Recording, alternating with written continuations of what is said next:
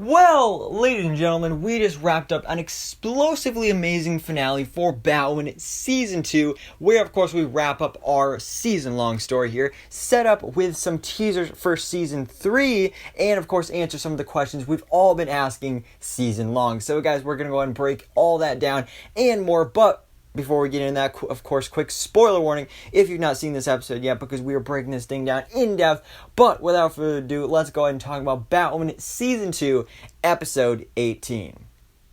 So things aren't looking too good for Gotham City and our heroes when we first start off this episode, because of course Black Mask's plan is now going into full effect. He's basically given the Gothamites the opportunity to take power and giving out all these various Black Mask masks, which honestly really reminds me of Joker, like the Joker movie, where like he had like that, basically that army, like that cult of Joker followers.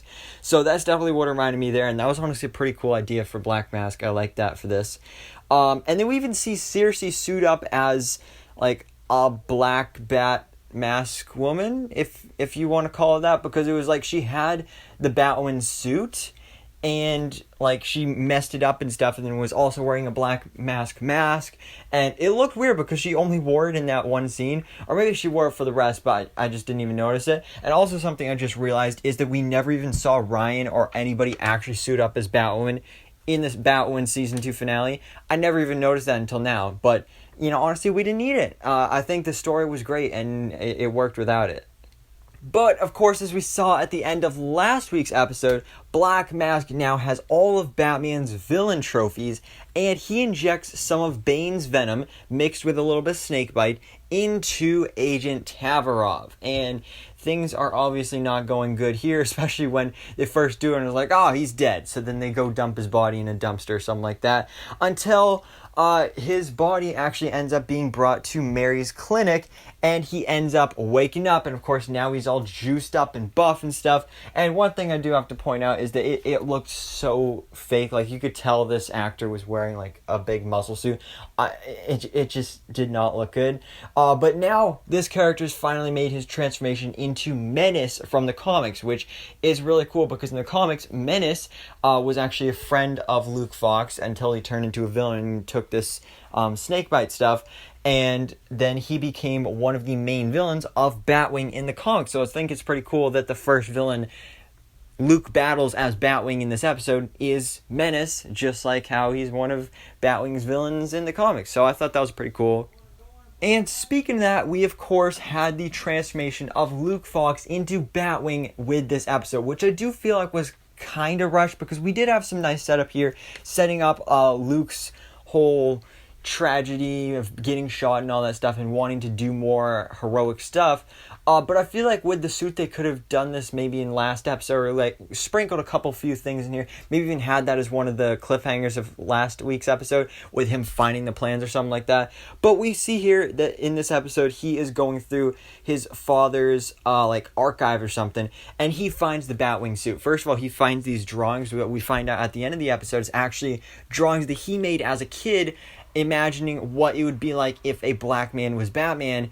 And then, little did he know, his father, Lucius Fox, was actually making that a reality for him. So he finds the suit, he suits up, he becomes Batwing, and he takes on Menace. He saves Mary, and that is absolutely fantastic right there. So it is really cool that we're finally getting to see Luke officially become Batwing again, even though it was a little rushed and it really didn't play a huge role in the episode. It was still really cool to see with the little setup we did get. I like how they set up Tavarov and how they set up Luke. It was cool. I liked it. But, of course, the meat of this episode is with Alice and Ryan, and also Kate/Circe, because Alice and Ryan have to team up to go rescue Kate. And they actually end up splitting up, because Ryan goes after Circe while Alice goes after Black Mask. And she actually ends up using one of the Batman villain trophies against him, and uses the Joker's flower to spray him with like poisonous gas or something like that.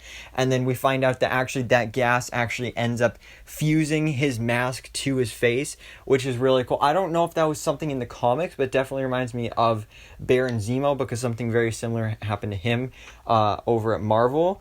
But that was really cool. And then Alice ends up catching up with Ryan, and they take on Kate / Circe, and they come up with this plan actually early on in the episode that if they use some snakebite, like just a small dose of it, then it will bring back Kate's memories, because that's the whole thing that snakebite does, is that it brings back memories and shows you the good times, and this is exactly what happens. So Alice ends up spraying Circe with the snakebite, and then now she's basically Kate again, but she and Alice actually end up going over the side of the bridge, and we get a really cool scene here where it was us getting to experience and us getting to see what they're both imagining and what they're both seeing in their snakebite visions, with, of course, Alice finally getting her goodbye to Ocean, and then Kate actually imagining that she actually did save Beth and open that door because she was just steps away. And I thought this was really cool. And honestly, at this time, I kind of felt like they were setting up to kill off one of these characters, that maybe Alice, because what else is she gonna do? Or even Kate, because now that Ryan's Batwoman, I was like, oh, they're gonna kill off Kate? I mean, they spent the whole season trying to get her back. They're really gonna kill her off for real this time? But no, they're both good, and I'm happy with that because I like both characters. And Alice ends up bringing Kate back up to shore onto land, and Ryan helps her perform CPR and basically bring Kate back to life, which is great. But then Alice just can't catch a break. It was bad enough she already just lost the love of her life, and then she finally does get her sister back, but then the cops show up and they're like, oh, it's Alice from the Wonderland gang, so we gotta take her in. And then they do. It's like she just got her sister back, and now she automatically loses everything all over again. Which just makes me feel really sad for her, because there's no way you can't feel bad for this character with everything she's gone through, especially in this episode where it kind of feels like she's maybe even turning a new leaf, kind of taking on a more heroic side. Could have led to her becoming Red Alice like she did in the comics and joining the Bat Team, but no, she just gets taken to Arkham, which is cool because we're going to see more of her villainous side, but I thought they were setting up her to become an anti-hero, but I guess not.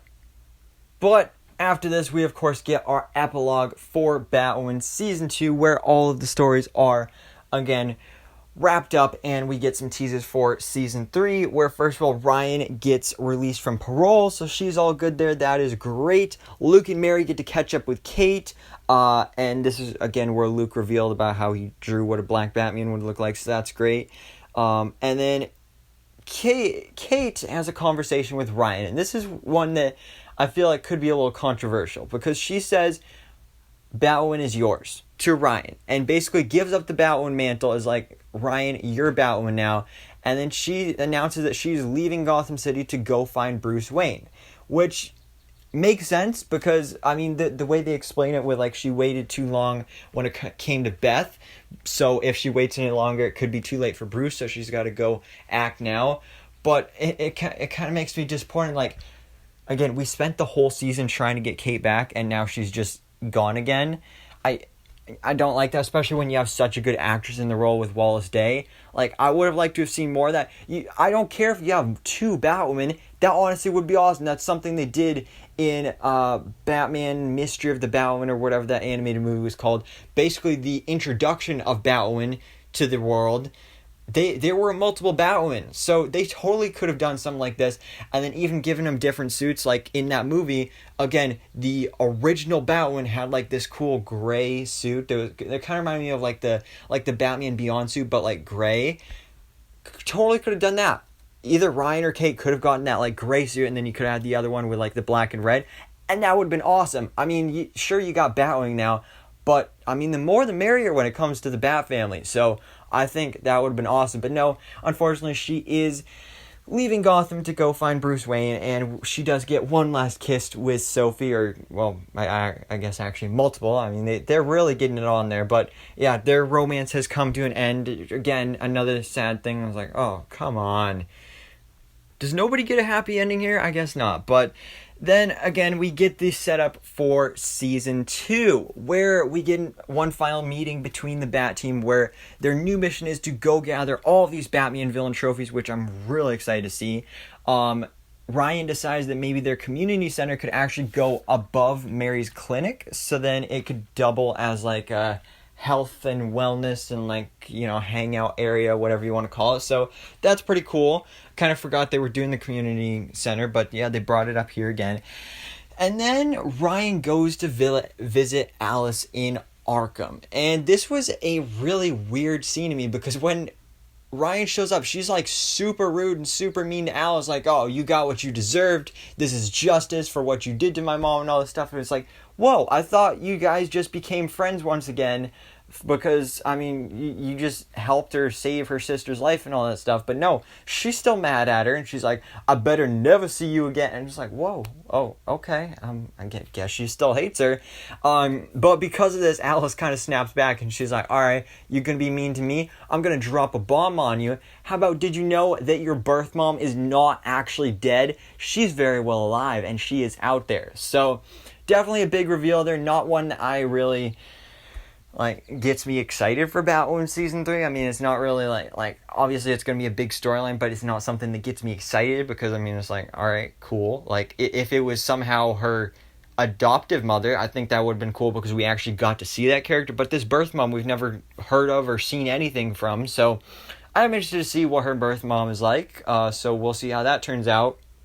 But then the final scene of Batwoman season 2 is probably one of the best ones because we get to see what their next mission is, again, gathering all these Batman villain trophies, and we see a couple of them that are all just thrown out in the lake. We see the Penguin's umbrella, I believe we see the Mad Hatter's hat, so that's really cool. But then we see that jar with Poison Ivy's plant, and all of a sudden, it starts growing. So I think this means we're going to be seeing Poison Ivy in season 3, but not necessarily because, you know, how things work with the CW. Sometimes Warner Brothers and DC won't let them use actual characters. That's why we've gotten, like, you know, like Enigma, like the daughter of the Riddler, and we've gotten, I think we got, like, the Joker's daughter, and we've gotten, like, offshoots of the main Batman villains, but we haven't gotten the actual villains, like how we got Menace instead of Bane. But I don't know, I think that would be awesome. I think Poison Ivy would work really well as a Batwoman villain.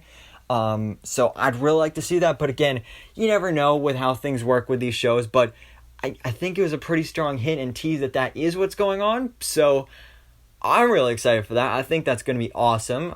Hopefully, I really I have to say probably my favorite live action version of Poison Ivy is from Gotham, so I'm hoping that they can either do as good as they did on Gotham or maybe even better because that was like the perfect version of Poison Ivy in live action. So we'll see how they do with it. But yeah, guys, that is the end of Batwoman season 2. We're not going to be returning with new episodes for season 3 until I think actually this fall because we are trying to get back on track with the schedule. So expect to see more probably October, November-ish. We'll have to wait and see. But guys, let me know in the comments below, what do you think about Batwoman Season 2, this finale, and all your predictions and theories for Batwoman Season 3. But guys, thanks so much for watching. Please drop a like if you enjoyed this video, and hit the subscribe button so I can keep you up to date on everything that goes on in the DC life.